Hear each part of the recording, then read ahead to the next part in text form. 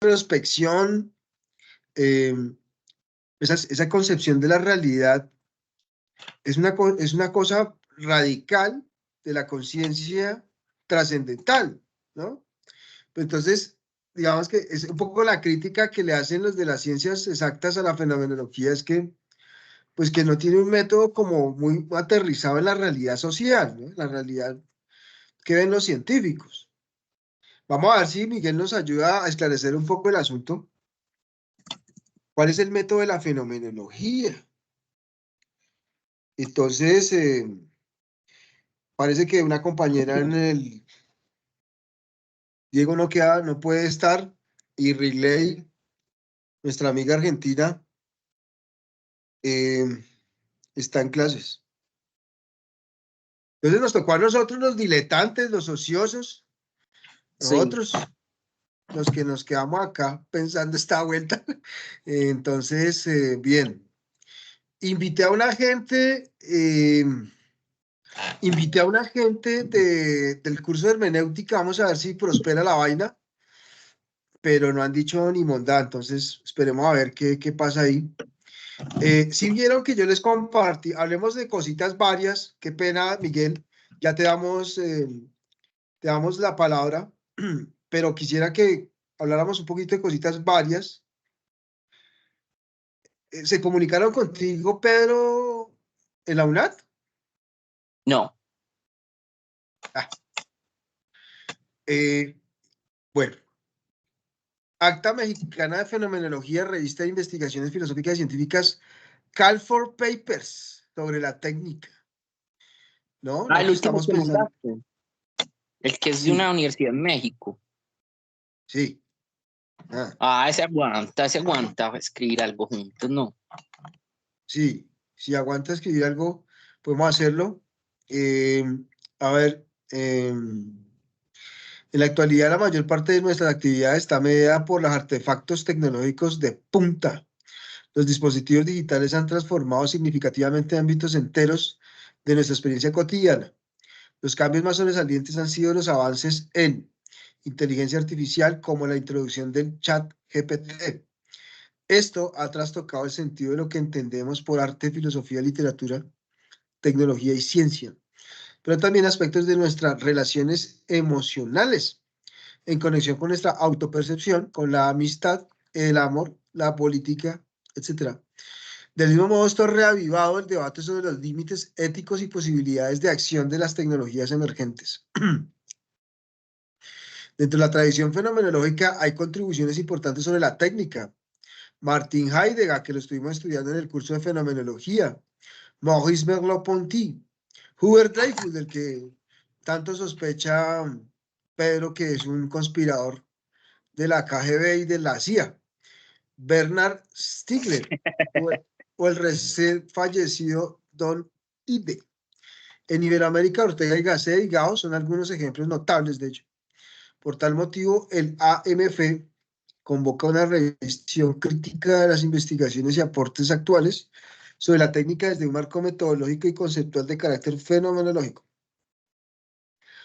Los problemas que es posible esclarecer desde esta perspectiva son la meditación, la mediación entre los usuarios y las tecnologías, en la experiencia del mundo actual, la incidencia de la tecnología en la percepción y la comprensión del mundo, tanto a nivel individual como en el plano interpersonal, la interacción entre los cuerpos orgánicos y no orgánicos, la de modificación de las prácticas cotidianas a partir de la tecnología, comunicación, movilidad, trabajo, medicina, educación, industria, etcétera, así como las valoraciones de los aspectos éticos en la relación entre los individuos y la tecnología, entre otros. El objetivo central de esta convocatoria es la reflexión conjunta sobre el modo que una fenomenología de la técnica nos puede ayudar a encarar los retos emergentes vinculados a la tecnología, tales como la inteligencia artificial, la realidad virtual, el manejo de datos, la biotecnología. Hay unas líneas, los antecedentes históricos de la fenomenología de la tecnología como mediación experiencial, el cuerpo y la tecnología y la vida cotidiana, ética y fenomenología de la técnica, futuro de la fenomenología de la técnica. Pues ahí está, y cierra el 30 de agosto.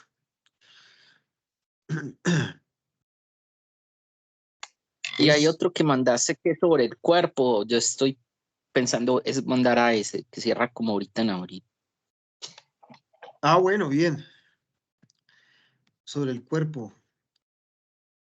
Sí, sobre el cuerpo del títere. Vos vas a hablar del cuerpo. Claro, es que tú la tienes clara porque sabes, tú tienes tus títeres. Y es que una revista, eso. Creo, es una revista, creo tú lo mandaste, no me acuerdo qué es. Por ahí lo tengo separado. Acá está en el chat. Bueno, ok. Bien, entonces, chévere presentarnos para esta convocatoria de la filosofía de la técnica desde la perspectiva fenomenológica. El Acta Mexicana de Fenomenología, pues es una revista de investigaciones filosóficas muy respetada. Podríamos aplicar. Yo creo que tenemos insumos para poder aportar en esa perspectiva. Si nos matriculamos con la idea, podríamos de pronto escribir a 6 manos, Miguel, Pedro y yo. Si ustedes quieren, podríamos intentarlo, ¿cierto? Sí.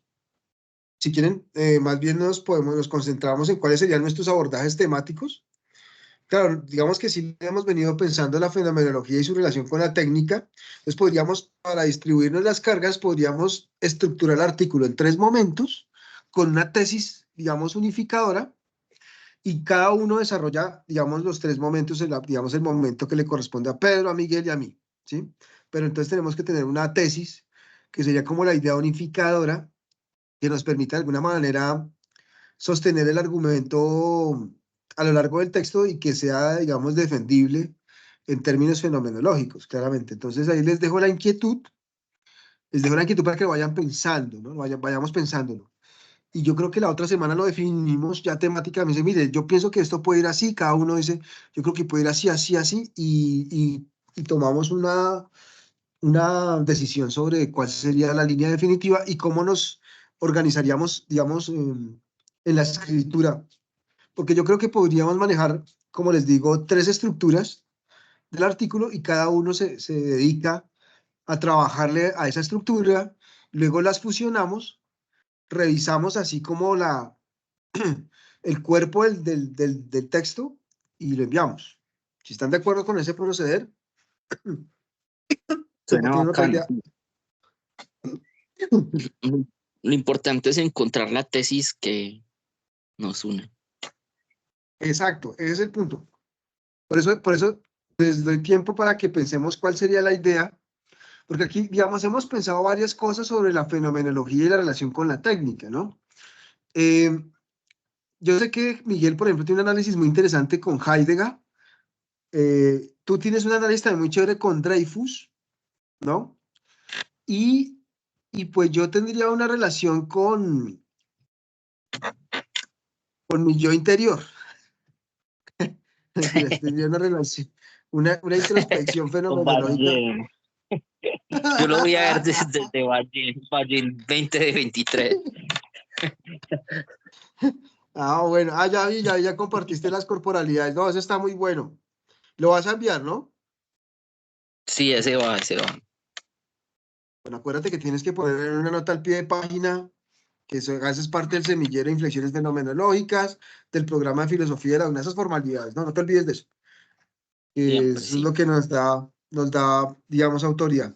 Listo, esos eran los avisos parroquiales. Ya les dejé entonces la idea para que nos metamos un poco en el proyecto de la revista esta mexicana y nos podríamos estar reuniendo la próxima semana pensando cuál sería como la idea unificadora de tesis para estructurarlos. Eso es todo. Entonces, Miguel, tienes la palabra. Te escuchamos. Bueno, buenas tardes para todos. ¿Me escuchan bien? Sí, señor. Sí, bien, Miguel. Bueno, Súper. profe, usted me colabora que es que no puedo compartir, me habilita la opción de compartir para poder la presentación. Claro. El tema es que no sé cómo se hace eso. Ay, yo tampoco. ¿Comparte usted? Pues para poder compartir la Ah, no, vea. presentación de PowerPoint que tengo, porque Si tengo quieres, dice solo los organizadores y moderadores de la reunión pueden compartir contenido, me dice a mí aquí en el botón. entonces tengo que hacer una modificación en la configuración de esto, seguro. Configuración. Entonces, accesibilidad, ¿será? No tengo No. ni yo. Permisos. Quizás por ahí en ¿Permisos? alguna parte. Sí, en permisos, quizás. ¿Configuración permisos? Sí, señor. Pues No, debería estar por configuración no ahí. hay. En permisos. Configuración dispositivo. Pero yo comparto pantalla y ustedes me dicen. ¿Y por qué no le mandas, Miguel, la diapositiva por el chat y que vayan, comparta? Te las vaya Eso pasando. podría. Sí, pues ¿Estás de ya la acuerdo, pongo un Miguel? momentico. Sí, sí, ya la pongo en el chat, un minutico. Tin, tin, tin, tin. Ah, se me perdió la carpeta.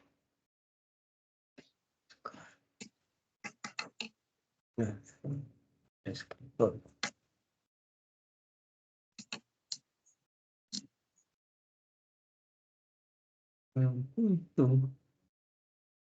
¿Dónde adjuntar acá?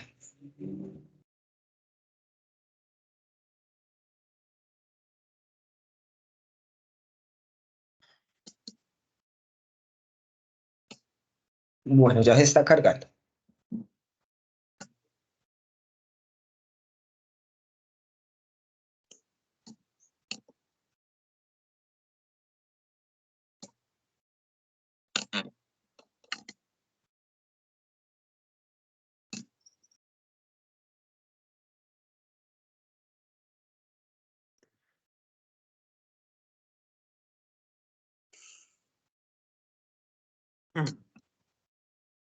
Listo, ya llegó.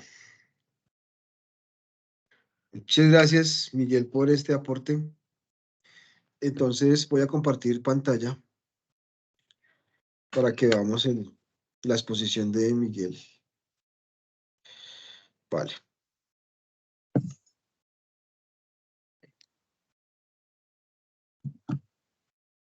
Vale. Conectar esto.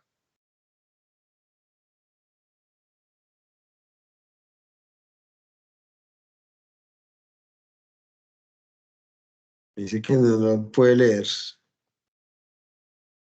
Ándale. Pero me lo envío entonces en el otro formato que tengo. Es que ese es uno que se inicia automáticamente. Ya miro a ver qué pasó. ¿Dónde se me fue la conversación? Ujú.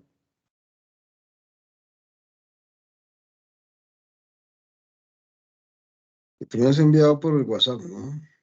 Sí, señor, yo se la había enviado también por el WhatsApp.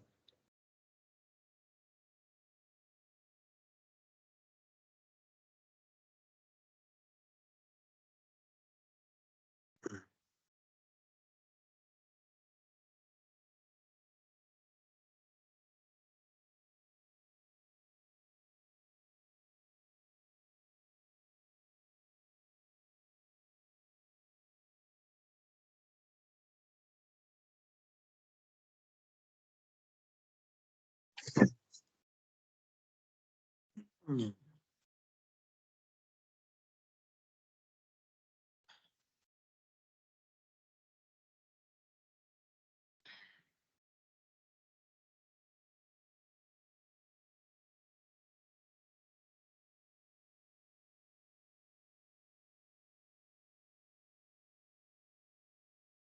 Profe. Señor, Pues se sumó alguien. Te iba a preguntar sobre el esquema corporal. cuéntame, ¿cómo es el esquema? Que en el ensayo del títere está pues un asunto que es que el cuerpo del títere es reducible ad infinitum. Tú le puedes quitar un brazo y el brazo sigue moviéndose y tiene como su propia forma de vida el brazo o cualquier parte del cuerpo del títere, mientras que el cuerpo humano es irreductible. Eh, entonces, Ajá. recuerdo que en el encuentro de fenomenología el año pasado de la Antioquia hablaron del esquema corporal, pero yo no logré, pues hablaron incluso de Waldenfeld sobre eso, pero no logré captar pues las referencias. ¿Tú sabes quién habla de esquema corporal en la fenomenología? Te voy a pasar un texto de Van der Fels que se llama La experiencia en la fenomenología de Husserl. Yo creo que eso está ahí. Sería que lo leyeras. Ah, pásamelo, porfa, sí. ¿Cómo se llama? Voy a ver si lo encuentro. Se llama La experiencia en la fenomenología de Husserl de Van der Fels. Búscalo por ahí. Van der Fels, sí. La experiencia fenomenológica de Husserl. Ahí pues, seguramente tendrás una aproximación al tema del esquema fenomenológico del cuerpo. A mí también me causa curiosidad el tema. eh, ¿Cómo sería eso? Me hubieses hecho esa pregunta hoy a No, Ignacio que Pons. no lo encontré. Si tú lo tienes, porfa, envíanoslo. Sí, yo te lo comparto más tardecito, ¿te parece? Hágale, hágale tranquilo. Bueno, ahora sí.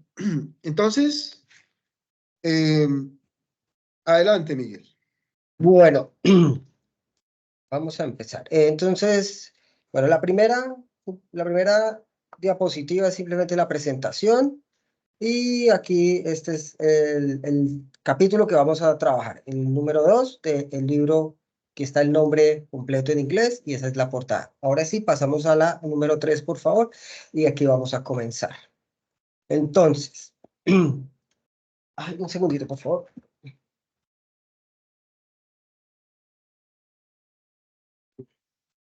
Ahora sí. Bueno, entonces la primera diapositiva que vamos a comenzar a trabajar en este segundo capítulo, nos va a hablar de las ideas principales que se van a desarrollar en este capítulo, el capítulo 2, que se llama justamente metodologías. Como ya vimos en la reunión anterior, el capítulo 1 plantea algunos conceptos básicos, plantea algo de la historia, pero en este momento del libro vamos a crear básicamente el marco teórico sobre el cual los autores van a comenzar a construir todas sus conclusiones. Como primera medida, lo más importante de tener en cuenta en este capítulo es que vamos a encontrar eh, la complejidad de los debates metodológicos, que a pesar de ser considerados tediosos, tienen una gran relevancia en las ciencias cognitivas. Vamos a hablar de la diversidad de los enfoques, pues existen diferencias significativas entre lo que es la introspección, en la heterofenomenología, la neurofenomenología y lo que piensan los fenomenólogos modernos.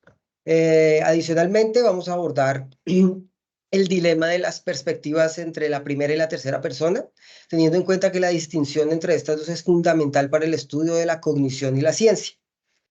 Adicionalmente, vamos a hablar sobre la crítica a la ciencia de la conciencia que hace Dennett, pues según él, esta carece de métodos, datos y resultados y la califica como una fantasía. Y por último, tenemos un desafío que es integrar la primera persona con la ciencia. Ese es básicamente el objetivo del libro. La idea que nos quieren presentar los autores es que debemos lograr integrar las ciencias más establecidas con la experiencia en la primera persona, porque tradicionalmente la ciencia solo acepta datos objetivos en tercera persona, lo cual plantea un problema para estudiar la conciencia intrínsecamente subjetiva, porque ya hemos establecido que que la fenomenología aborda esa percepción subjetiva. Entonces, para el segundo capítulo vamos a abordar el tema fundamental de las ciencias cognitivas y los retos metodológicos inherentes al estudio de la conciencia. Además de que los debates sobre la metodología pueden parecer o sea, como que lo duermen a uno, como que es un tema pesado y denso, son esenciales para avanzar en la comprensión de la mente, que básicamente de eso se trata este primer capítulo, entender cómo experimentamos la realidad. Entonces nos encontramos frente a una diversidad de enfoques. Inicialmente tenemos el enfoque introspectivo y vamos a desarrollar todo el proceso a lo largo del capítulo hasta la neurofenomenología. Cada una de ellas tiene una perspectiva diferente para abordar el enigma de lo que es la conciencia. El núcleo de esta exposición gira en torno a la discusión justamente entre las perspectivas de la primera y la tercera persona, y pues este ha sido un debate que, perdón, que ha mantenido siempre en las dos orillas a filósofos y científicos.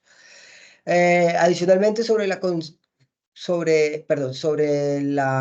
cognición y la conciencia, vamos a ver cómo los autores nos presentan las ideas de Daniel Dennett, quien ha criticado duramente la posibilidad que la ciencia de la conciencia de la primera persona y la describe como una fantasía sin futuro. Para él, básicamente, no puede haber ciencia desde la primera persona. Y esto nos lleva a un desafío que es preguntarnos, ¿es posible integrar la subjetividad de la conciencia que está intrínsecamente establecida en primera persona dentro del marco objetivista de la ciencia que privilegia los datos en tercera persona? Ese es básicamente el objetivo, o sea, es la idea que he construido yo sobre el libro. Pasamos por favor a la siguiente diapositiva. Esa se llama... no, pero mi profe, esa no, la anterior. No, la metodología. Un momentico, no, la siguiente. Esa. Fantasías de la metodología en la conciencia. Sí, señor. El papel de la introspección en la ciencia de la conciencia. Entonces, aquí tenemos nuevamente 3 puntos claves. Este es el siguiente apartado del texto. Los 3 puntos claves son: ¿qué es la introspección? Vamos a ver la definición histórica de lo que es la observación interna de la mente. Vamos a ver cómo han sido los cambios históricos, el rechazo de esta introspección en favor del conductismo y las dudas sobre su viabilidad en la ciencia moderna. Y por último, vamos a ver un contrapunto más reciente, que son algunos argumentos que aseguran que la introspección es fundamental en la ciencia cognitiva. Esta exploración la iniciamos destacando que la introspección, que es el acto de observar y reportar los propios procesos mentales, ha sido vista tradicionalmente, como una actividad individual y completamente subjetiva. Algunas figuras como John Watson en el siglo XX proclamaron que era completamente obsolescente y que debía enfocarse más la mente para construir conocimiento en conceptos objetivos. Y sin embargo, hay algunas investigaciones recientes que nos presentan los autores, que a pesar de ser un elemento personal y completamente subjetivo, la introspección simplemente hace eco de la información previa que ya tenemos y de cómo la hemos experimentado con anterioridad. Pasamos a la siguiente diapositiva, por favor. Diapositiva 3, sí. Entonces, aquí vamos a profundizar un poco en cómo, a pesar de la crítica, la perspectiva en la primera persona se entrelaza inevitablemente con la ciencia cognitiva. La distinción entre informar sobre eventos externos, o sea, lo que vemos, y reflexionar sobre la experiencia propia, o sea, cómo ese evento externo me afecta, revela que incluso los experimentos que buscan objetividad dependen de la interpretación subjetiva. Esto podríamos hacer una analogía con el problema de los 3 cuerpos y de las condiciones iniciales en la física clásica, que básicamente, sin importar qué tan convencido estés tú de tener siempre las condiciones iniciales para iniciar un experimento, la teoría del caos nos dice que siempre los resultados van a ser distintos. Entonces, básicamente, ese es el argumento que ellos están presentando. Si bien nuestra mente está entrenada para desarrollar pensamientos objetivos a partir de información establecida, la única forma de lograrlo es a través de la introspección de la información anteriormente recibida.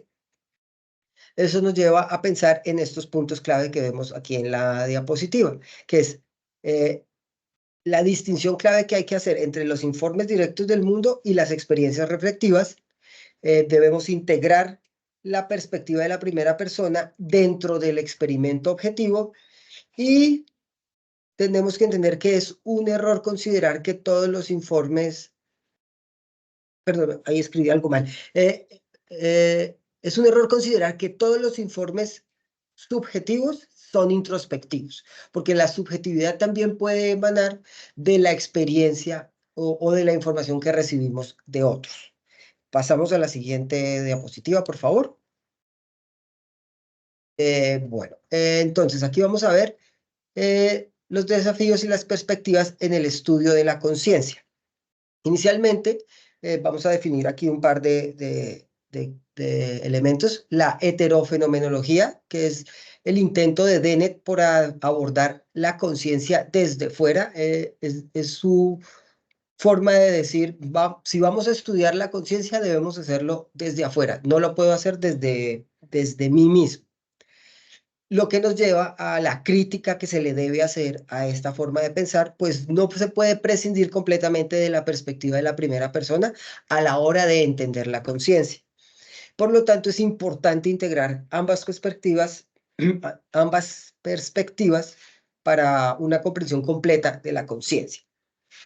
De esta manera, abordamos la propuesta de Dennett como un método que busca objetivizar el estudio de la conciencia mediante la observación de los comportamientos y las declaraciones.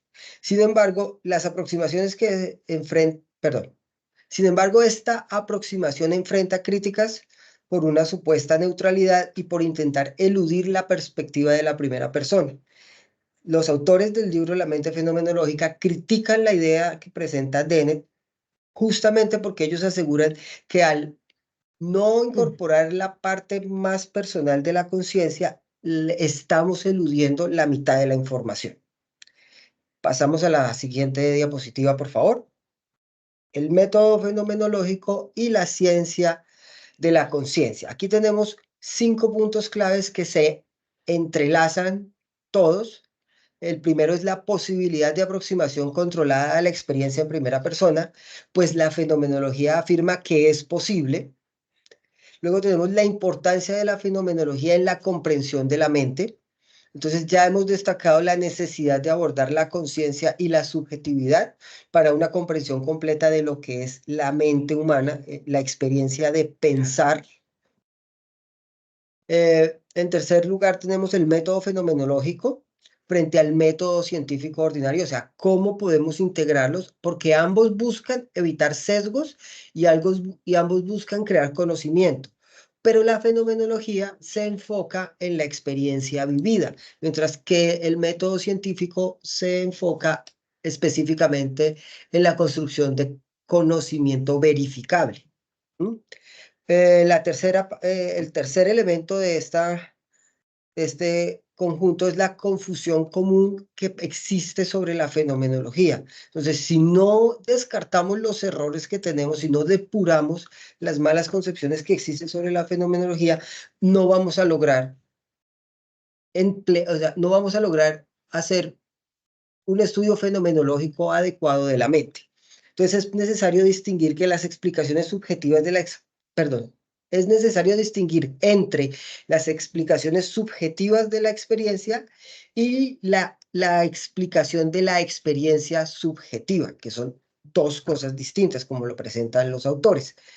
Y por último, tenemos que tener en cuenta que a pesar de ser un ejercicio introspectivo, existe una objetividad en la fenomenología, porque al final de todo el proceso fenomenológico lo que se busca es mantener la objetividad mediante un método cuidadosamente delineado, similar a cómo se busca en la ciencia mediante controles experimentales. ¿Esto qué quiere decir? Que estamos explorando cómo la fenomenología ofrece una aproximación única y controlada a la experiencia en primera persona. Es una disciplina que sostiene que para comprender la mente humana en su totalidad debemos enfrentarnos directamente con la conciencia y con la subjetividad, sumergiéndonos en cómo pensamos, cómo percibimos, cómo actuamos y cómo sentimos. A diferencia de las percepciones comunes, la fenomenología, pues, hemos establecido que no es simplemente una introspección subjetiva, sino es un estudio riguroso de la experiencia subjetiva desde la perspectiva objetiva y controlada. Es el ejemplo que a veces yo siempre uso sobre la taza de café. Desde una perspectiva objetiva y controlada podemos controlar muchas cosas. Cómo lo vemos, en qué momento, de qué está hecho, podemos saber muchas cosas. sobre una taza de café. Pero la introspección subjetiva requiere que yo entienda cómo esa taza de café y la experiencia de consumirla me lleva a mí a experimentar mi propia realidad. Y más adelante, buscando la intersubjetividad, o sea, ¿cómo consigo yo que esa conclusión sobre mi experiencia de tomar una taza de café se pueda ver reflejada en la experiencia común de la sociedad? Entonces, la fenomenología se distingue por su metodología meticulosa, que está diseñada para capturar la esencia de la experiencia vivida sin caer, en explicaciones sesgadas. De esta manera, es como si la fenomenología nos invitara a considerar cómo incluso en la ciencia el objetivo de evitar prejuicios y sesgos se persigue a través de métodos experimentales y controles rigurosos. Para hacer fenomenología no es simplemente decir yo pienso y siento esto y entonces como yo, esto es mi experiencia personal, esto es, no. Debemos hacer fenomenología, aplicando la misma rigurosidad que se aplica en el método científico, lo cual nos lleva a que se crucen estas dos ciencias y se revela que la fenomenología no es un antagonista de la ciencia tradicional, sino es un complemento esencial que permite profundizar el entendimiento de la mente humana para integrar la objetividad y la subjetividad en el camino hacia el conocimiento. Pasamos a la siguiente diapositiva, por favor. Entonces aquí pasamos al apartado del texto en el que se compara la fenomenología y la introspección. Aquí quedó un poquito denso el texto, pero es que era bastante importante dejar claros estos conceptos. Voy a leerlos y luego los desarrollamos. Los puntos claves de este apartado son la distinción que existe entre fenomenología e introspección. Los autores aclaran que la fenomenología no es equivalente pese a que es una confusión común que se realiza.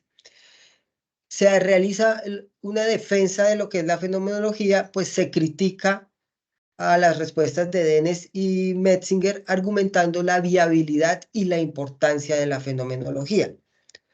Se señala que el método fenomenológico es un acercamiento riguroso y estructurado para explorar la experiencia subjetiva y es completamente distinto a la simple introspección. Lo que hablábamos hace un momento, requiere un proceso riguroso.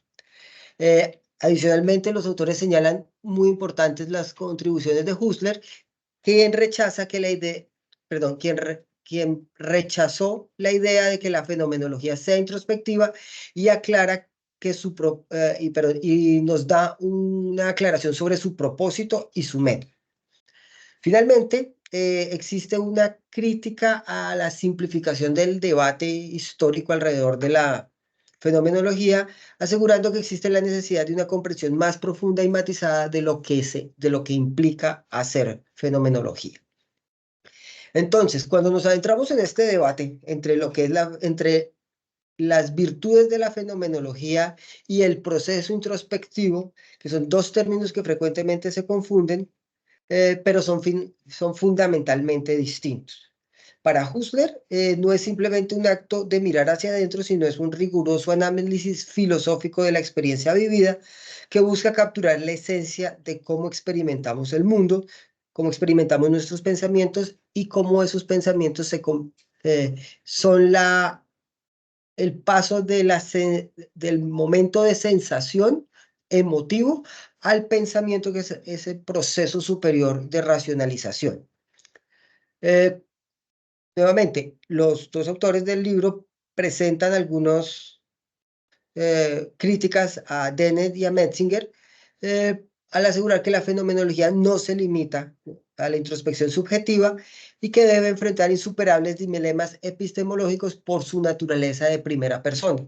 Eso quiere decir que desde afuera es muy fácil atacar la fenomenología si no se ha aprendido a trabajar con el método fenomenológico de una manera rigurosa y objetiva, lo cual nos lleva a reconsiderar las críticas hacia la fenomenología y reconocer su valor único en el estudio de la conciencia.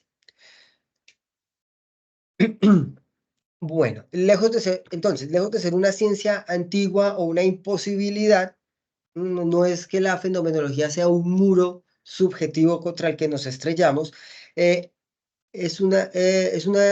es un área del conocimiento que ofrece herramientas esenciales para entender la complejidad de la experiencia humana y desafía las divisiones simplistas entre lo que está dentro y fuera de la mente. Pasamos a la siguiente diapositiva, por favor. Aquí vamos a mirar, perdón, vamos a ver cómo los autores elaboran un poco acerca del proceso de la reducción fenomenológica y cómo esto nos lleva un paso más allá de lo que se considera simplemente subjetivo. El primer concepto de fenómeno, primero tenemos que entender qué es el concepto de fenómeno en la fenomenología.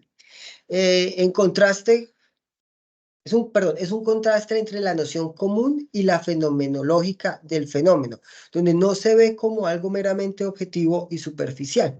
¿Esto qué quiere decir? Que el fenómeno no es solamente el acto, no es solamente la reacción o no es solamente causa y efecto, sino es la experiencia personal y que puede ser replicada de manera colectiva.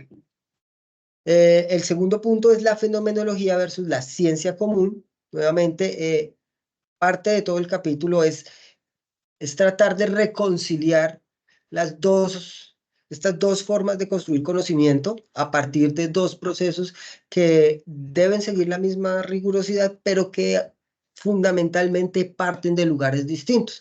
A eso nos referimos con la perspectiva en primera persona y a la perspectiva en tercera persona. Yo personalmente, prefiero llamarlo no una diferencia de perspectiva, sino la posibilidad de extraerse a uno mismo de la ecuación y mirar las cosas desde fuera. Porque cuando tú te extraes, te sacas a ti mismo de la ecuación, el fenómeno no te afecta directamente de una manera personal y te permite experimentarlo de una manera objetiva y pensar en cómo ese mismo fenómeno puede ser percibido y puede ser entendido por otra mente que tenga otras experiencias previas. Adicionalmente, hablamos del EPOC y la reducción fenomenológica. Ese es el proceso que ya tenemos todos claros para suspender la actitud natural y analizar cómo se manifiestan los objetos y su significado para la conciencia. Eso ya lo hemos trabajado, no hay que desarrollarlo en profundidad.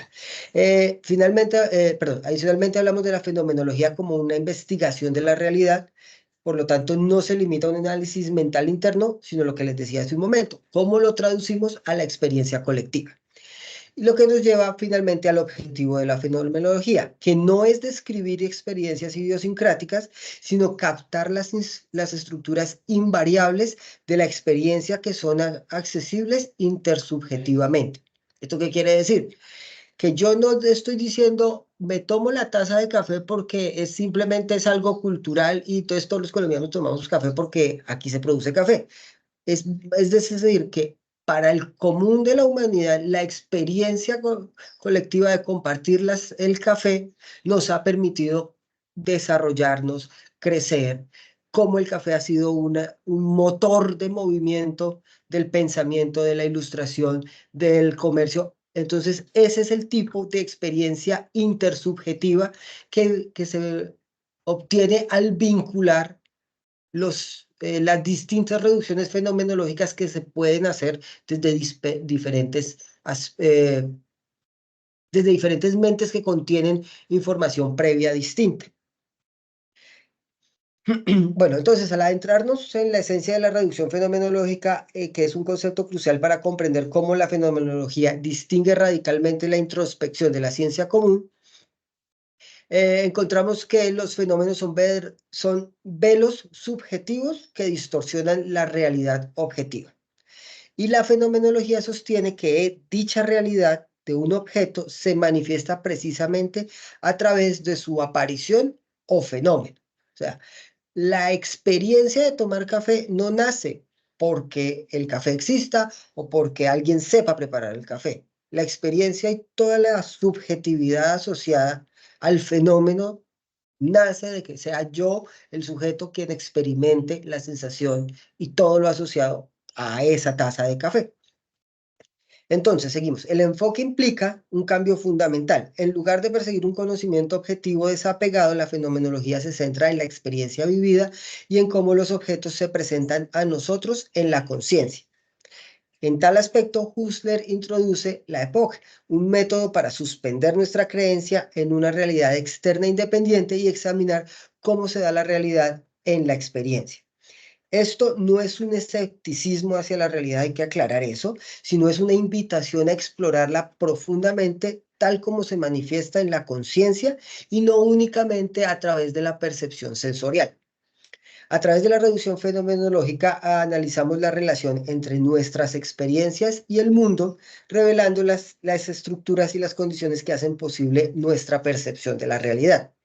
Entonces, lejos de ser un ejercicio de introspección, la fenomenología nos invita a reconsiderar cuál es nuestra relación con el mundo, entendiendo que nuestra conciencia no solo lo descubre, sino que también constituye parte de ese mundo. Entonces, la fenomenología no solamente describe las experiencias particulares, sino que identifica las estructuras universales de la experiencia que son accesibles, que son accesibles intersubjetivamente y fundamentales para cualquier experiencia en la realidad. Pasamos a la siguiente diapositiva, por favor.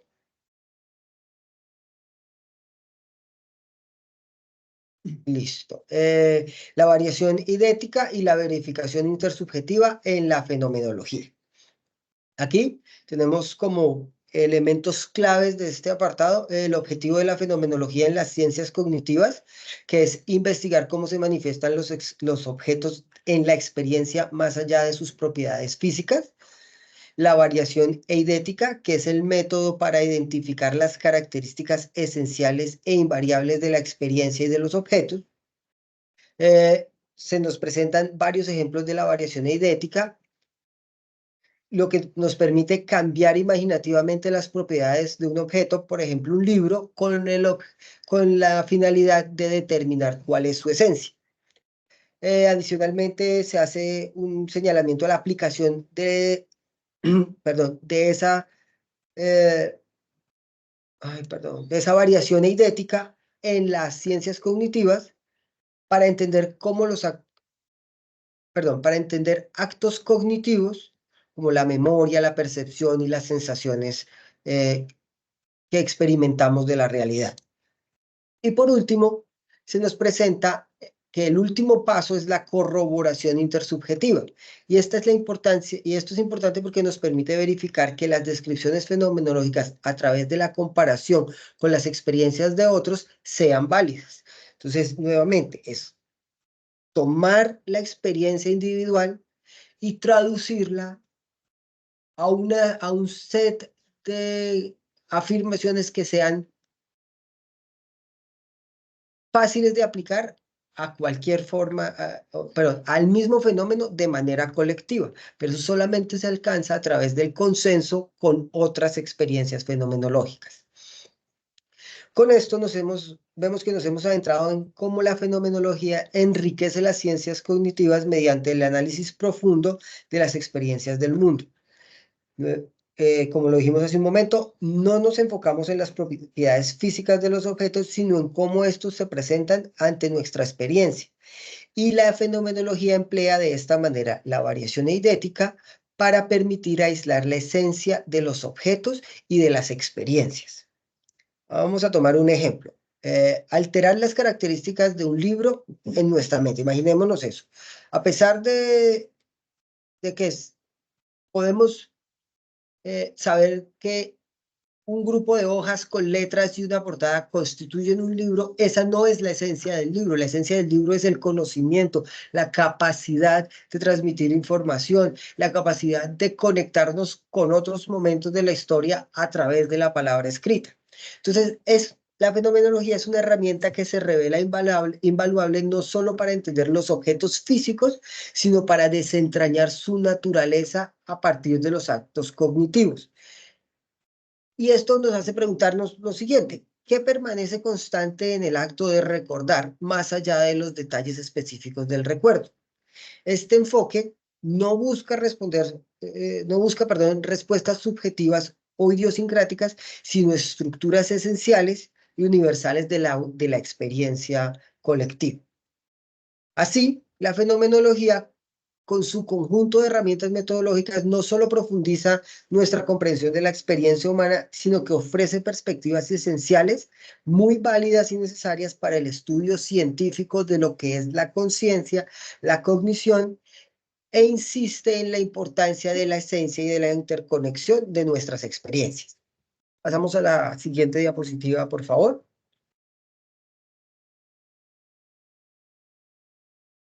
Bueno, vamos ahora a hablar de lo que es la naturalización de la fenomenología y su diálogo con la ciencia moderna. Entre los puntos principales tenemos que la fenomenología como una alternativa no naturalista. En este sentido, Husserl la presenta como una investigación trascendental en oposición a las explicaciones naturalistas de la conciencia. Básicamente, nos alejamos de la idea que la conciencia existe en un espacio biológico para plantearnos que debe existir quizás en una dimensión superior que está determinada por la existencia de la información, del intercambio de información. Esto yo lo asocio mucho a la teoría de las branas en física de partículas, en la física fundamental, donde a medida que las branas se van doblando sobre sí mismas y van adquiriendo complejidad, van creando nuevos niveles más complejos. Entonces, básicamente entiendo que la fenomenología, cuando hablamos que es una alternativa no naturalista a la idea de la conciencia, se refiere específicamente a eso, que la conciencia desde la fenomenología se encuentra en un plano superior a la biología. Adicionalmente, se discute cuál es la función de la fenomenología en la ciencia experimental y pues esta es una demostración, llegando a una demostración de cómo la fenomenología puede abordar cuestiones cruciales para la comprensión de la conciencia y la cognición, lo que nos lleva específicamente a la naturalización de la fenomenología. Es decir, cuando hablamos de naturalización, hablamos de cómo la llevamos al mainstream, cómo hacemos para que sea la fenomenología se convierta en la filosofía contemporánea, que básicamente de la misma manera en la que en un momento se dio el giro copernicano sobre la forma de pensar el universo, de la misma manera en la que se dio ese giro humanista sobre en que se empezó en la filosofía a pensar en el yo y no en el grupo. En este momento de la historia de la filosofía, la fenomenología parece estar guiándonos hacia el siguiente paso, que es el siguiente giro, que es el giro, no sé cómo llamarlo yo, sería ese giro hacia la conciencia, hacia la efemeridad que es la conciencia, porque no la podemos ubicar, no la podemos tocar, no la podemos sentir. Entonces ahí es donde nace la complicación para entenderla, creo yo. Finalmente, el diálogo entre fenomenología y ciencia es importante porque es un intercambio bidireccional que nos permite enriquecer ambas disciplinas y la una ilumina a la otra. La una brilla sobre aspectos que la otra parte de la ciencia quizás no tiene clara o que no puede abordar desde sus propias herramientas y por lo tanto una se convierte en complemento de la otra. De esta manera, la fenomenología ofrece análisis detallados de aspectos fundamentales de la conciencia, como la percepción y la memoria, las cuales son cruciales para las ciencias cognitivas. ¿Y por qué los autores nos hablan tanto de las ciencias cognitivas? Simplemente recordemos, porque en el primer capítulo, cuando hablamos de los robots y de la construcción y de la posibilidad de construir conciencias sintéticas, artificiales, no naturales, estamos justamente hablando de eso, de los procesos cognitivos. Eso es lo que se está buscando con tecnologías como la inteligencia artificial, que la inteligencia no simplemente prediga estadísticamente la siguiente palabra, sino que piense. He ahí el gran paso que puede dar la fenomenología para ayudarnos a entender las ciencias de la cognición. Entonces, seguimos. La relación entre fenomenología y ciencia es dialéctica y recíproca. Mientras la fenomenología proporciona clarificaciones trascendentales y una comprensión profunda de la experiencia, también se beneficia de los descubrimientos empíricos en neurociencia y psicología, permitiendo una iluminación mutua. Por ejemplo, es muy distinto una experiencia sensorial si yo llego a la experiencia con un desbalance químico en mi mente que me tiene lleno de testosterona y estoy en un estado agresivo y estoy en un estado conflictivo, mi experiencia va a ser distinta. Si yo como fenomenólogo no entiendo que a partir de la biología puedo explicar parte de mi comportamiento, no voy a poder entender, perdón, no voy a poder analizar realmente cómo estoy percibiendo la realidad. A eso se refiere esto, de cómo son recíprocas. Yo puedo estar molesto o mal geniado, pero puede ser que ni siquiera esté molesto por la experiencia, sino porque mi cuerpo me dice, hombre, tiene hambre y la reacción normal es sentirse molesto. Entonces, entender eso para el fenomenólogo le permite enmarcar cuál es su verdadera experiencia subjetiva y cuál es su verdadera experiencia sensorial, evitando que la experiencia sensorial te engañe y te haga pensar que estás teniendo una experiencia subjetiva. Por ejemplo, es el ejemplo de sentir ira cuando uno o lo despertaron y no durmió bien o cuando no ha comido, a diferencia de experimentar la misma actividad en un estado mucho más receptivo físicamente. Entonces, al final, el diálogo entre fenomenología y ciencia cognitiva nos lleva más allá de la oposición tradicional entre objetivismo y subjetivismo hacia una comprensión integrada y completa de la conciencia humana. Pasamos a la siguiente diapositiva, por favor.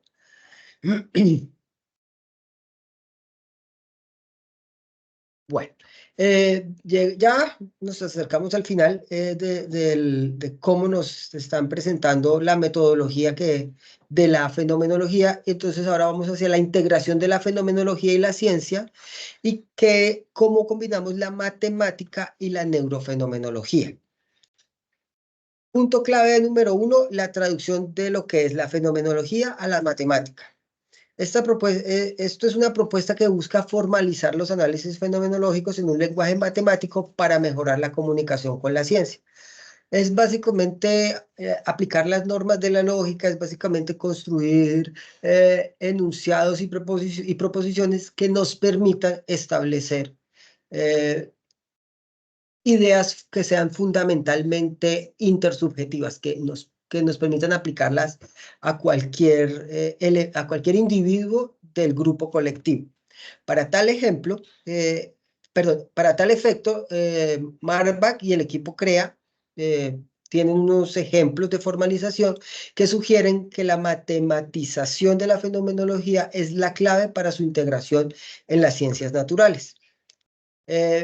A continuación, los autores nos dan una descripción de las posibilidades y de las críticas de esta idea, pues las matemáticas pues si bien las matemáticas pueden capturar la experiencia vivida y la posición de Husserl respecto a la incapacidad de las existe un debate entre si las matemáticas pueden capturar la experiencia vivida y la posición que Husserl da respecto a la incapacidad de las matemáticas para capturar los resultados fenomenológicos.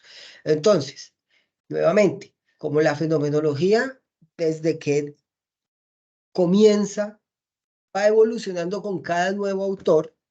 En un momento Husserl dijo, no, la matemática no nos sirve, mientras que Marbach dice, sí, la matemática sí nos sirve.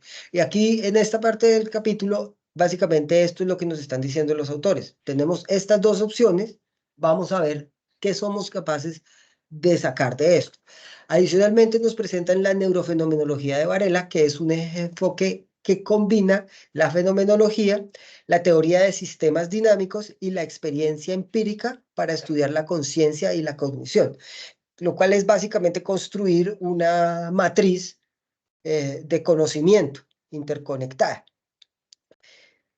Y finalmente se habla de que es necesario un entrenamiento fenomenológico para los sujetos experimentales, pues la importancia de entrenar a los sujetos en el método fenomenológico permite obtener informes claros y consistentes de la experiencia.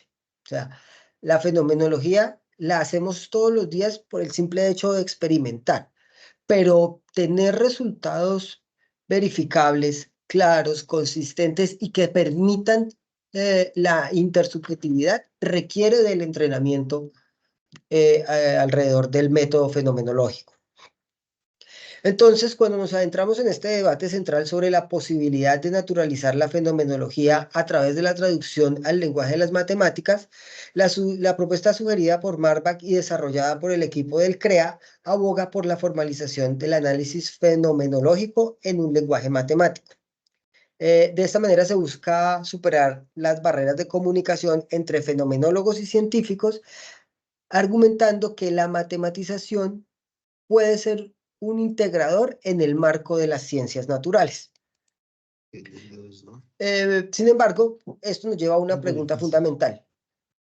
¿Pueden las matemáticas realmente capturar la riqueza de la experiencia vivida? Por un lado, Marbach es optimista y propone una notación fenomenológica que refleja la estructura formal de la experiencia, mientras que por el otro lado hay críticos como el propio Husserl que han expresado sus dudas sobre la capacidad de las fórmulas matemáticas para encapsular la plenitud de la fenomenología. Y es en este en este contexto donde la neurofenomenología de Francisco Varela presenta un enfoque innovador, uniendo los análisis fenomenológicos, la teoría del sistema dinámico y la experiencia empírica. Este método no solo reconoce la importancia de la experiencia subjetiva para el estudio de la conciencia, sino que también insiste en la relevancia de entrenar a los sujetos experimentales en el método fenomenológico, fomentando así una colaboración más profunda entre la filosofía y la ciencia. Bueno, profe, pasamos a la siguiente diapositiva, por favor.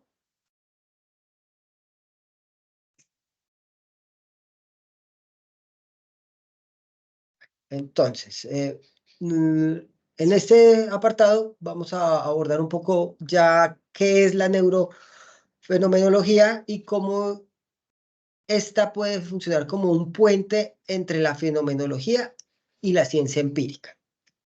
Bueno, en primer lugar, tenemos la integración de los elementos en la neurofenomenología, como ya dijimos hace un momento.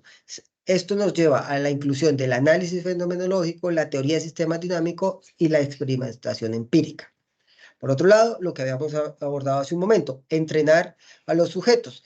Esto significa que hay que desarrollar un conocimiento casi que como si fuera de memoria muscular a la hora de practicar la EPOC y la reducción fenomenológica.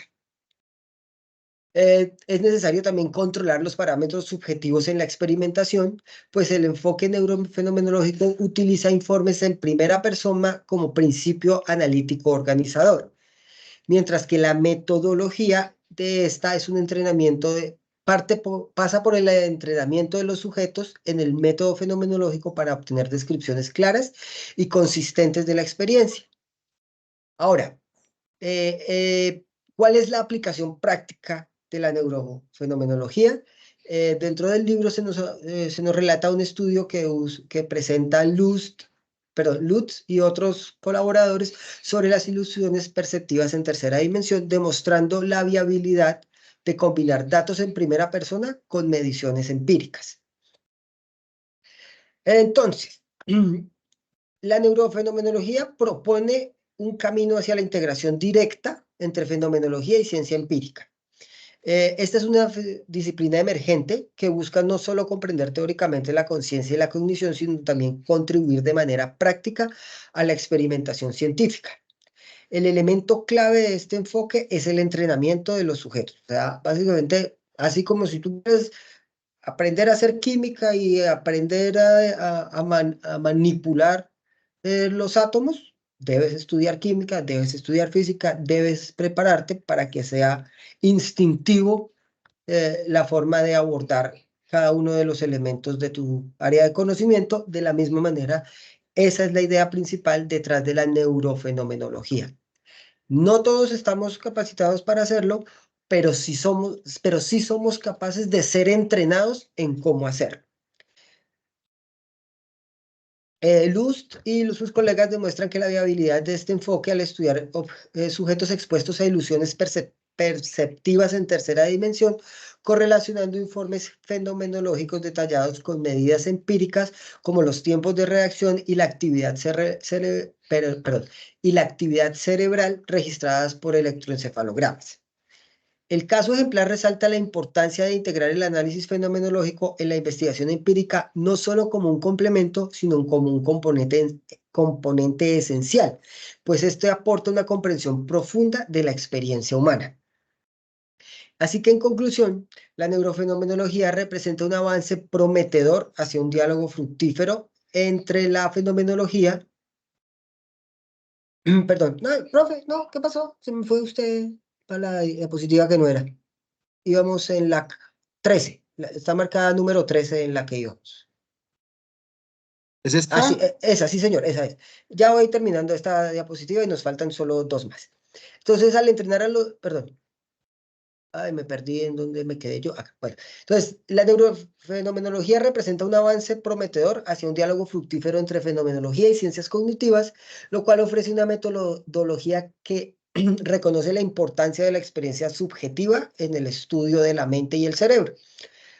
De esta manera, al entrenar los sujetos experimentales en un método fenomenológico, abrimos nuevas vías para una investigación empírica que respeta la riqueza y la complejidad de la experiencia consciente. Pasamos a la siguiente diapositiva, por favor.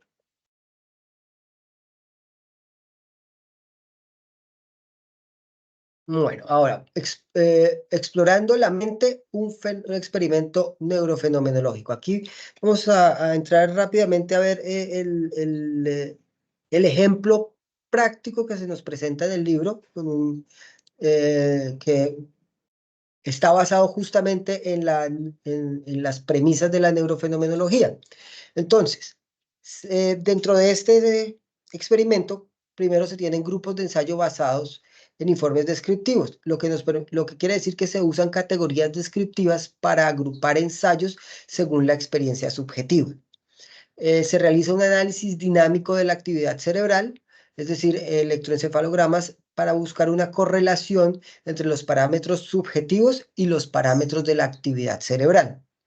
Se emplea imágenes estáticas de puntos aleatorios, lo cual es un estímulo visual para investigar la percepción de la profundidad y la emergencia de formas geométricas ilusorias. O sea, básicamente este experimento que se está desarrollando, que estamos analizando en el libro, nos demuestra que una cosa es lo que vemos y otra cosa es lo que percibimos. Y el experimento se basa en cómo podemos engañar a la mente para que vea un elemento tridimensional en un espacio bidimensional, como cuando uno sobre un papel dibuja una serie de líneas que desde cierto ángulo parecen un cubo en 3 dimensiones.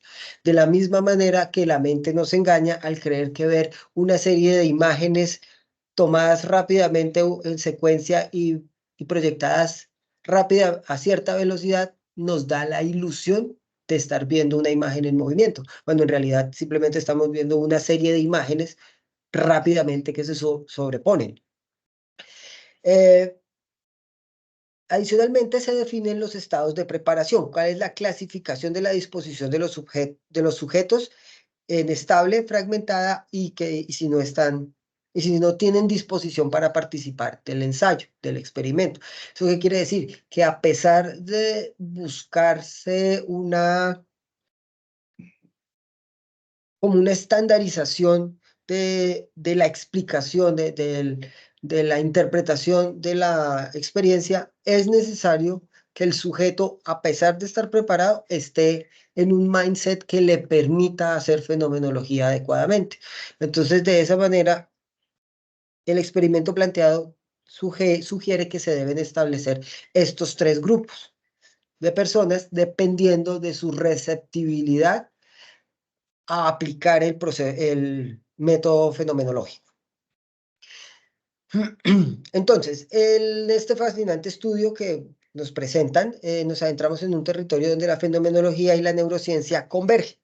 A través de un meticuloso proceso, los sujetos fueron entrenados para informar sobre sus experiencias internas mientras se enfrentaban a ilusiones perceptivas en tercera dimensión, con imágenes de 2 dimensiones que sugerían objetos en 3 dimensiones.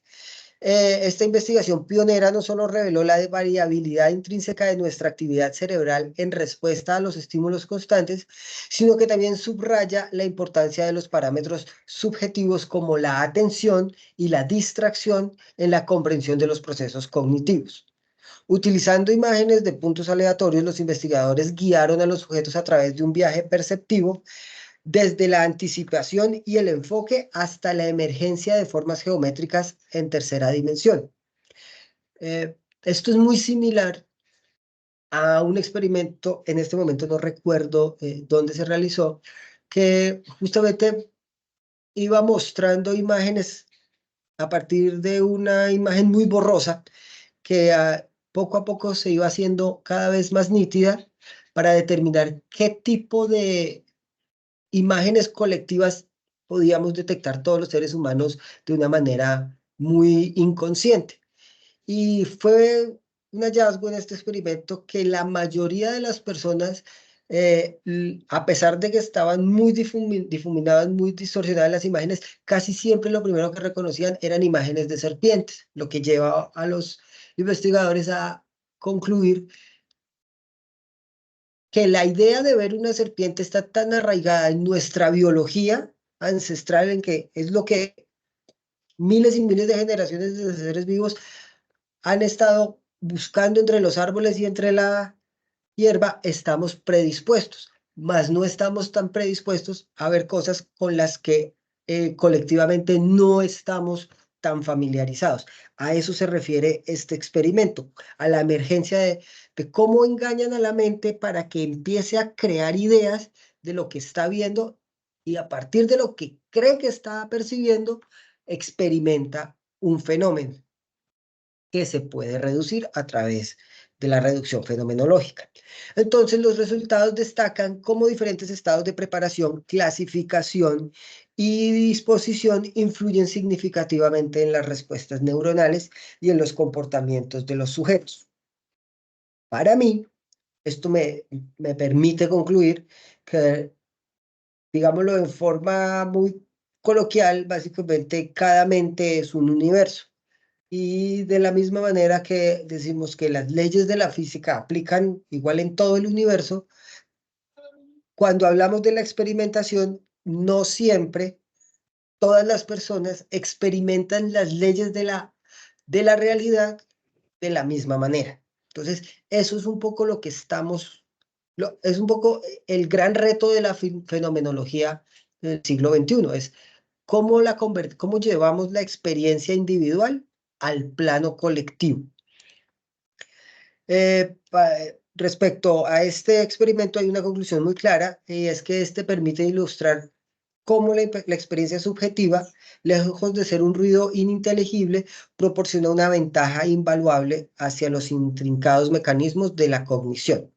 Y es a través de este prisma que empezamos a ver a la mente como empezamos a ver a la mente no como un proceso de la actividad cerebral, sino como un entrelazado dinámico de procesos corporales, experiencias vividas y la materia misma que es el ser que nos compone. O sea, somos objeto de estudio, pero también somos el observador del objeto de estudio.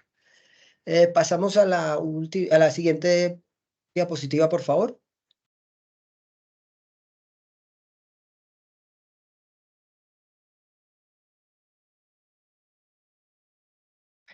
Entonces, como último elemento de este capítulo, se nos presenta la fenomenología front-loading.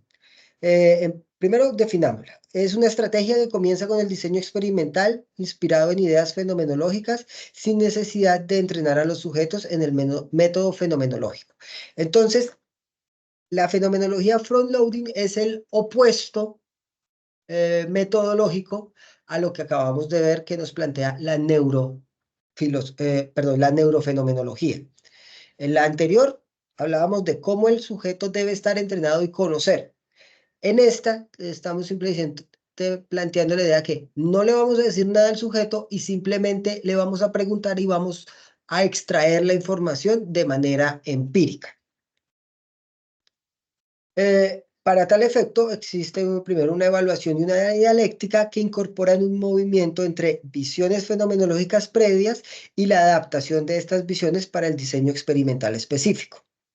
Las visiones fenomenológicas informan y conforman cómo se diseñan los experimentos, abordando limitaciones abordando limitaciones de otros enfoques como la neurofenomenología. ¿Esto qué quiere decir?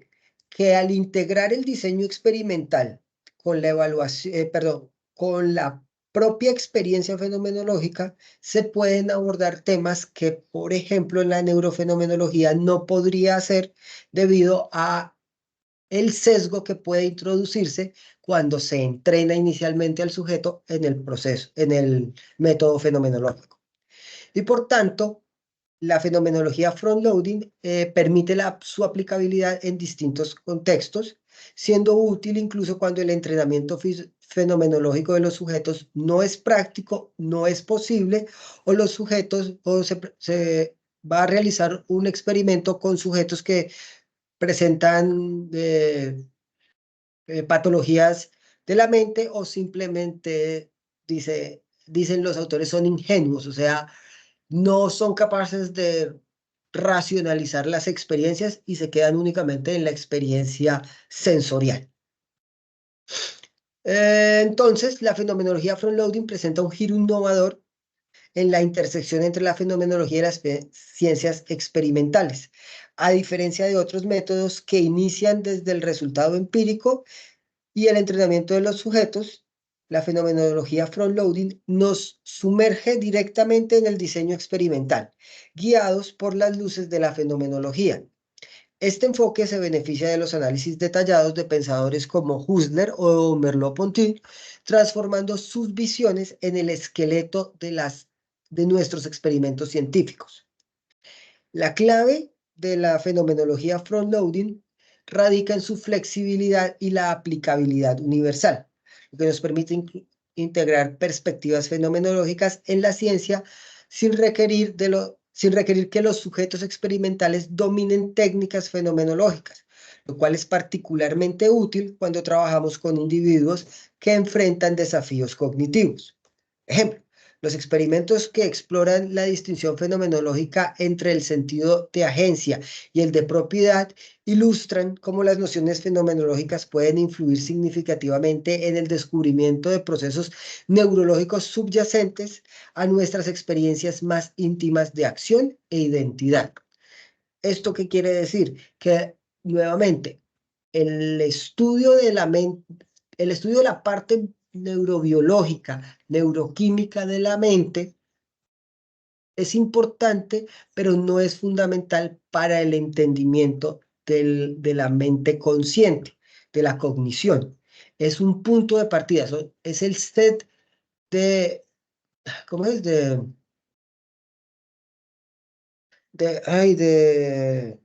condiciones iniciales, pero debemos hacer todo el recorrido del análisis de la experiencia personal. Entonces, respecto a la fenomenología front-loading, podemos concluir que es una colaboración más estrecha entre filosofía y ciencia, donde las intuiciones fenomenológicas no solo inspiran, sino que activamente conforman el diseño experimental, y este enfoque abre nuevas avenidas para la investigación, permitiéndonos abordar preguntas sobre la mente, la conciencia, con una frescura y profundidad renovadas. Esto nos proporciona un marco para exponer cómo la fenomenología influye directamente en el resultado obtenido, permitiendo una integración profunda de la fenomenología con la ciencia experimental. Y pasamos, por favor, a la última diapositiva, las conclusiones del capítulo.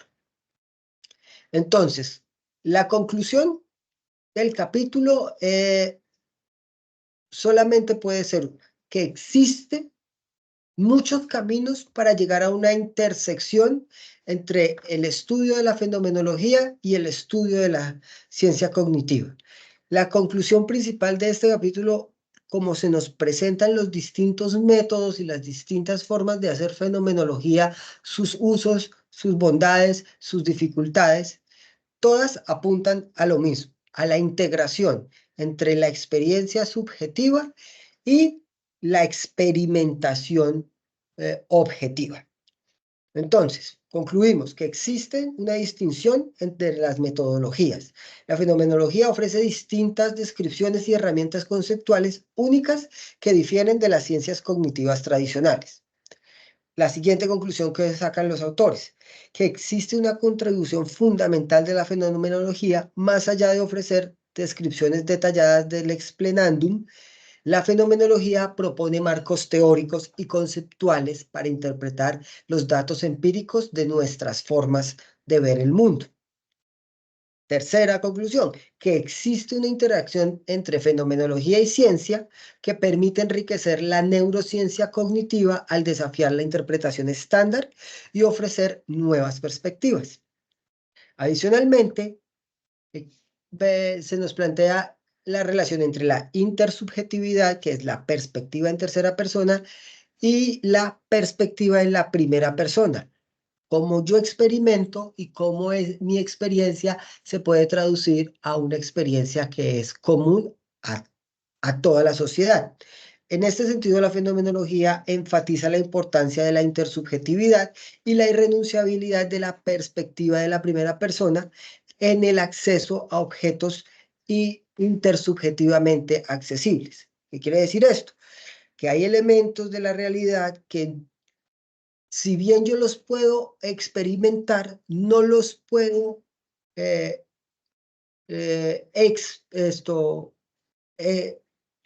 ¿cómo se dice? Ay, no los puedo explicar objetivamente si no paso por todo el proceso fenomenológico de arrancar en la primera persona y llegar a la corroboración intersubjetiva. Y por último, concluyen los autores que existe una crítica al realismo metafísico y que existe una crítica al cientificismo. ¿Qué quiere decir esto? Que cuando las miramos las dos alternativas de manera independiente, o sea, si pensamos solamente en la fenomenología como la forma de obtener conocimiento, o si tomamos solamente la ciencia como forma de obtener el conocimiento, cualquiera de esos dos enfoques nos va a llevar a críticas, a contradicciones, a caminos cerrados. La única manera de reconciliar esas críticas y de deshacer esos nudos de conocimiento es integrarlas. Compaginar una a la otra. De la misma manera, lo entiendo yo así, de la misma manera que para entender la biología, primero tengo que entender la química, para entender la química, primero tengo que entender la física, y para entender la física, primero tengo que entender la matemática, para entender la mente. Pero para entender el comportamiento colectivo, debo comprender mi experiencia individual, pero antes debo comprender el funcionamiento de mi mente, pero antes debo entender que está formada de elementos biológicos y cómo ellos funcionan. Básicamente es lo que se puede concluir de toda esta idea de integrar fenomenología y ciencias empíricas. Entonces, esto nos lleva a finalizar nuestra exploración sobre la fenomenología y su invariable contribución al vasto campo de la ciencia cognitiva, subrayando una pregunta fundamental que es con la que quisiera dejarlos. ¿Qué distingue verdaderamente a la fenomenología de las metodologías científicas existentes? Si simplemente estamos hablando de rigurosidad, comprobación, recolección de datos y buscando una perspectiva colectiva. Estas distinciones como la conciencia reflexiva versus la prereflexiva, los conceptos como live, que es el cuerpo vívido, frente al corper, que es el cuerpo físico, iluminan con precisión aspectos de la cognición y la conciencia que a menudo quedan oscurecidos en el discurso científico tradicional. Muchas gracias, compañeros, por su atención. Esa es la exposición del capítulo 2 del libro La mente fenomenológica.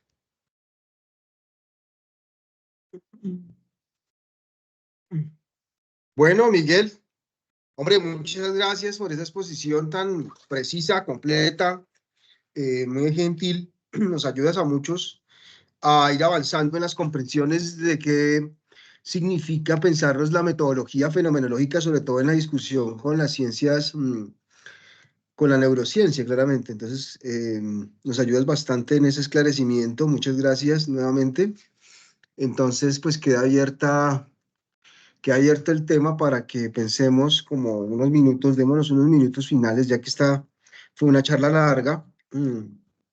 Tratar de pensarnos un poco lo que nos sugiere Miguel Andrés de cuál será como la innovación, si no estoy mal, lo que nos propone es pensemos un poco la innovación metodológica de la fenomenología respecto de lo que hace la neurociencia, lo que hace las ciencias cognitivas. Claramente es todo un tema para pensarlo, sobre todo que nosotros venimos de las ciencias humanas, ¿no?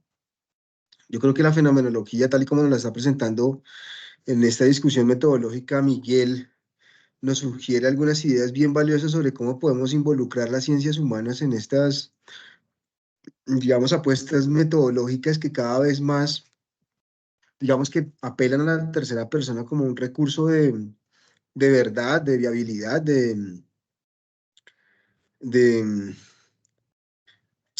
ciencia, ¿no? De conocimiento. Entonces, es muy interesante el planteamiento que nos sugiere Miguel. Eh, pues yo de entrada podría pensar un poco que, digamos que la fenomenología sí tiene un campo que abrirse en cuanto a las discusiones que ha generado la neurociencia. Yo, por ejemplo, he podido percibir que hay investigaciones importantes desde la fenomenología de la vida consciente de las personas, sobre todo temas patológicos, eh, temas relacionados con la esquizofrenia, eh, psicosis, eh, eh, ciertas patologías de la conciencia. Yo creo que ahí la fenomenología tiene mucho que decir como caso especial, ¿no? ¿Cómo atendemos los casos especiales? ¿Cierto? Que se salen un poco del rótulo de lo normal. Yo creo que la fenomenología tiene muchas cosas que decir, sobre todo darle la voz al paciente, porque digamos estamos también en una situación donde la clínica, como ya Foucault, el poder clínico lo que hace es establecer un ideal de normalidad, ¿no? Y bajo ese ideal de normalidad, digamos, medica, encierra, patologiza, y que esa es una discusión muy Foucaultiana de un poco el papel de la psiquiatría en las sociedades modernas. Entonces yo creo que la fenomenología se sale de ese circuito analítico y trata de valorar un poco la existencia subjetiva, digámoslo así, del paciente enfermo, de la normal, digámoslo así, ¿sí? O sea, ¿cómo entendemos a la normal? Digamos que más allá del poder clínico, más allá, digamos, del poder institucional que sujeta, ¿no? Entonces, ¿cómo entendemos al que se sale de la estructura? Soy yo que ahí la fenomenología tiene mucho que aportar, porque justamente el anormal, el atípico, es el que trae un registro totalmente distinto y un relato, me parece que es un relato.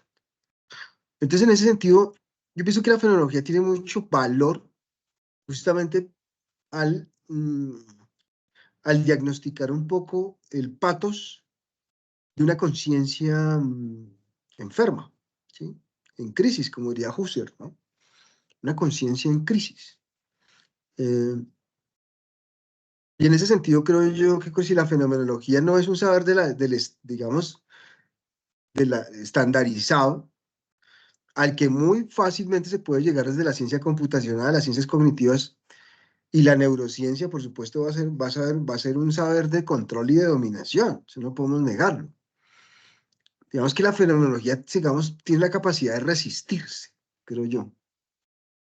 Y en esa capacidad de resistencia creo que está todo su valor, su potencial epistémico, ético, político, porque si se convierte en un recurso a la mano de los poderosos, pues apague y vámonos.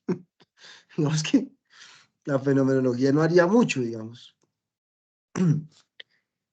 Bueno, esa sería como un poco mi respuesta a lo que plantea Miguel. O sea, yo sí creo que la fenomenología sí es una epistemología disruptiva, una epistemología que crea cuestionamientos radicales sobre cómo se produce el conocimiento, qué papel ejerce la subjetividad en la construcción de ese conocimiento. Creo yo que la fenomenología lo reivindica también, que las otras ciencias no saben qué hacer, ¿sí? No saben qué hacer porque están acostumbrados a practicar la metodología de la tercera persona y de alguna manera están negando el valor del conocimiento y de la vida subjetiva, ¿sí? Y yo creo que esa es una de las crisis que tenemos en esta sociedad moderna, que no hemos valorado, digamos, afectivamente, corporalmente, materialmente a ese sujeto, sino que cada vez más estamos buscando la manera de controlarlo, cada vez buscamos más la manera de estandarizarlo, masificarlo, volverlo unidimensional. Y yo creo que la fenomenología se resiste a eso. Entonces, si habría que pensarse un método subversivo, esa sería la fenomenología, ¿no? Sí, casi al estilo del materialismo histórico de Marx, yo lo pondría en el mismo nivel. Claro, el materialismo histórico tiene unos avances importantes en cuanto a la ciencia social, transformación, pero yo creo que la fenomenología también lo hace en el ámbito de la conciencia. ¿Sí? Y bueno, eso es lo que no sé, Pedro, Miguel, para cerrar, por favor, ya son las 5:30. Yo quiero decir algo. Respecto a lo que tú dices, profe, es real, pero no, pues la fenomenología no va a resistir si se junta con tan malas compañías. Eso es lo primero que yo diría. Pues porque para conectar lo que estábamos hablando en el seminario de que Ponzi esto, es que finalmente la diferencia sustancial entre fenomenología y ciencia es que la fenomenología no postula la existencia del mundo, ¿sí? Todas las ciencias naturales y humanas y cualquier ciencia se mueven en la actitud natural, que considera que el mundo existe y las cosas son como son, y por eso, digámoslo así, buscan rastrear. ¿Cómo? Qué pena, Pablo. Es que llegó mi hijo. Oh, bien. Sigue, Pablo, Entonces, sigue. pues sí, la fenomenología no es compatible con la actitud natural. Hay que empezar por ahí, ¿sí? Porque empecemos por el hecho de que el mundo no es ni siquiera un real, como dijo ahorita que Pons, en el mundo están los reales, pero el mundo como tal ni siquiera se da en la actitud natural ni de manera originaria. O sea, el mundo no es un, digamos, es un horizonte abierto, pero no es el mundo de la fenomenología, no es el mundo de la ciencia, ¿sí? Que es un mundo en el que nos movemos en la actitud natural. Entonces a mí me parece que todas estas, y ahí mismo los autores lo desmienten, por ejemplo, cuando hablan de Damet o Demet, no me acuerdo el apellido de ese autor, cuando hablan de Demet y, y el hecho de que es imposible que él esté haciendo una teoría que dice que no puede haber primera persona en primera persona, o sea, son oxímorons en sí mismos porque hay de entrada un error y es que hay una creencia ingenua en el mundo y la fenomenología y la epogea precisamente es eh, pues alejarse, diferenciarse de ese estado de ingenuidad para poder reencontrar, digámoslo así, la dimensión del sentido, que es diferente de la dimensión de los mapeos cerebrales, ¿me entiendes? Por eso no me parece que sea en lo absoluto compatible la fenomenología con la neurología. O sea, Husserl se estaría arrancando los cabellos. Y es como decir, si lo pones en términos del materialismo histórico, es como decir que el comunismo es un capitalismo. No, son cosas diferentes. La fenomenología y la neurología son diferentes porque los objetos de los que habla la fenomenología, que son, por cierto, procesos neurológicos, son objetos que están en regiones ontológicas diferentes a las vivencias, ¿sí? ¿Qué conexión causal vas a tender entre el mundo neurológico y el mundo fenomenológico? Si ni siquiera tienen objetos en común, digamos, sus objetos pertenecen a regiones ontológicas completamente distintas.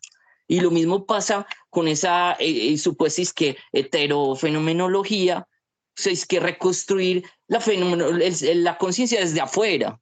pues precisamente la exterioridad lo que se está intentando superar acá, ¿sí? La exterioridad del pensamiento en tercera persona. ¿Qué tautológico, qué oxímoron es pretender reconstruir la primera persona en tercera y decir que solamente tiene valor epistémico lo que se corrobora intersubjetivamente? No tiene sentido. Es como decir que el comunismo es un capitalismo, no, la fenomenología tiene presupuestos, digamos, puntos de partida totalmente diferentes a la ciencia. Y la apuesta no es volverse útil, volverse funcional a los avances de la ciencia, porque todos los avances de la ciencia van en contra de la esencia del ser humano, ¿sí? O sea, esa es la pelea epistémica que hay acá, que la ciencia reduce. ¿Cómo va a decir este otro que no recuerdo cuál era, el que dice que hay que hacer una reducción matemática de la fenomenología? ¿Qué sentido tiene eso? Es un oxímoron, es una tautología, es una paradoja. No tiene sentido decir que vas a matematizar lo subjetivo y que de esa manera vas a rescatar lo subjetivo para poder construir un conocimiento objetivo corroborado intersubjetivamente. Digo que no, que son cosas diferentes y que también la manera de los autores acá es de persuadirte de que la fenomenología es funcional a las ciencias cognitivas, cuando realmente las ciencias cognitivas surgen como un proyecto totalmente distinto de conocimiento, como un proyecto funcional a los complejos militares, funcional a los complejos farmacéuticos, ¿sí? Entonces, pues para mí empezaría a sentar como un punto de vista mío de mi fenomenología. Mi fenomenología no busca integrarse con un paradigma que es reduccionista con la esencia del ser humano. Mi fenomenología, antes por el contrario, o sea, es una posición radical ante esa reducción, ¿sí? Y buscamos esa otra reducción en la que encontramos al mundo como una suma de experiencias posibles, como un horizonte abierto de vivencias, ¿sí? No como el mundo de los mapeos cerebrales y de todas esas cosas instrumentales, experimentales, que en realidad, pues ahí está la paradoja. Husserl es un empirista, ¿sí? Pero es un empirista idético, como estábamos hablando. Entonces, es reformular, digamos, desde el comienzo, volver a apreciar dónde están los errores de estos autores Gallagher y esto. Y bueno, y los que ellos citan, que todos ellos tienen cierta distancia respecto a ello, pero ¿cuáles son los errores iniciales? Ahí lo dicen claro. Lo dijo Heidegger, lo dijo Merleau-Ponty, lo dijo Husserl. No tiene nada que ver la fenomenología con la dualidad sujeto-objeto, con adentro y afuera, ¿sí? O sea, cuando pasas a considerar de manera fenomenológica, es decir, a partir de la intencionalidad, de la vivencia, el mundo, desaparece esa dicotomía y por lo tanto desaparece el intro de la inspección, ¿cierto? No hay tal introspección ni afuera inspección, ¿sí? Hay intuición categorial, ¿sí? Y esa intuición disuelve estas dicotomías que están al comienzo de los errores sobre los cuales se explayan estas personas, poniendo como si fuera prometedor el comunismo capitalista. Si no existe tal. De ahí acaba mi intervención. Bueno, Pablo, faltó sacar la AK-47 de echar plomo. Pero bueno, muy bueno. Muy bien, interesante. De esto es lo que se trata esta dinámica, es tomar posición, tirar línea, cuestionar, no tragar entero, me parece extraordinario. Esa es la filosofía, justamente, un ejercicio de análisis y de toma de posición. Me encanta saber que ya están tirando línea en fenomenología. No sé, Miguel, si nos quieres dejar algunas palabras finalmente de esta pequeña discusión que se propuso. Sí, la verdad sí tengo un par de comentarios de lo que acaba de decir Pedro Pablo. Estoy de acuerdo con él en decir que si no podemos simplemente decir que vamos a integrar las ciencia y que vamos a integrar la fenomenología en una sola ciencia que lo explica todo. No. Pero sí no estoy de acuerdo cuando él dice que no es, que no existe una conexión en desde por ejemplo, desde la neurociencia con la conciencia, con la experimentación y con la fenomenología, porque sí la hay. Tú solamente puedes hacer fenomenología a partir de tu conocimiento y tus experiencias. Y tan solo con la alimentación que tú hayas recibido durante tu juventud, cómo se desarrolló tu cerebro, la capacidad de almacenar información, todo eso es neurociencia. Y esas son las condiciones iniciales para hacer fenomenología. Entonces sí debe existir, sí existe una conexión. De la misma manera en la que uno puede aprender a conducir un vehículo, ¿m? Y sabe manejarlo, no implica que no tenga que aprender cómo funciona el motor, que no tenga que aprender cómo funcionan los mecanismos del vehículo.